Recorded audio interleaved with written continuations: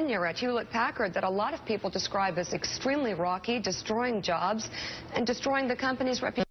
Are you really the right person to be criticizing Hillary Clinton's accomplishments or lack thereof? Whoa, Mika.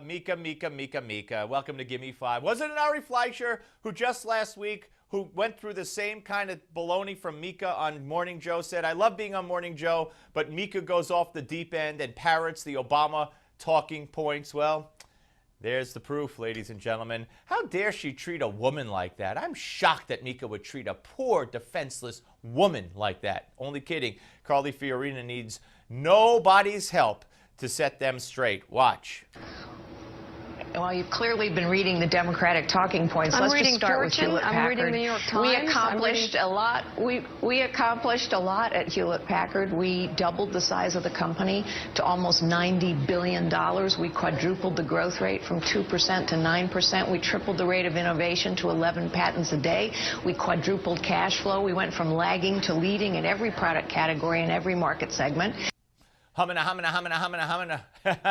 Well, you see, those numbers are her version of events, so they brought in someone else to attack Carly, and here it is. That same description of your accomplishments could be applied, Steve Ratner, to Hillary Clinton's tenure as head of the State Department. Some say that she did amazing things around the world for women and for access to capital for women and for opening doors to the true leaders of countries around the world. Or you could see it the way Republicans see it, and they can talk about Benghazi.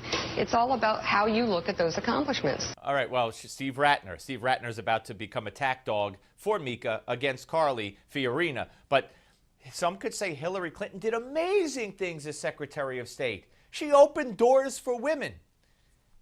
What?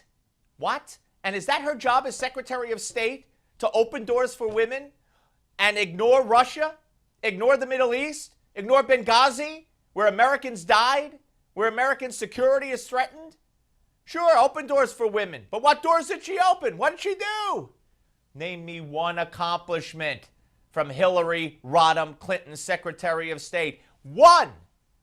Besides the fact she set the record for miles traveled as Secretary of State. Now here's attack dog Ratner. You were actually excused, fired is maybe a less nice word, from that job. I think your tenure at Lucent I was fired. Absolutely, I was fired. So was I. And I've been very public about why. No, but this fired and this fired. But you were fired after a disaster merger with Compaq, and the stock price collapsed, and a lot of really bad stuff happened. Actually, it was a very successful merger with Compaq, which everyone now acknowledges it was a very successful merger with Compaq and set the company up for great success. Well, it was a successful merger because your successor managed to execute what you were not able to execute, which is why the board fired you, I believe.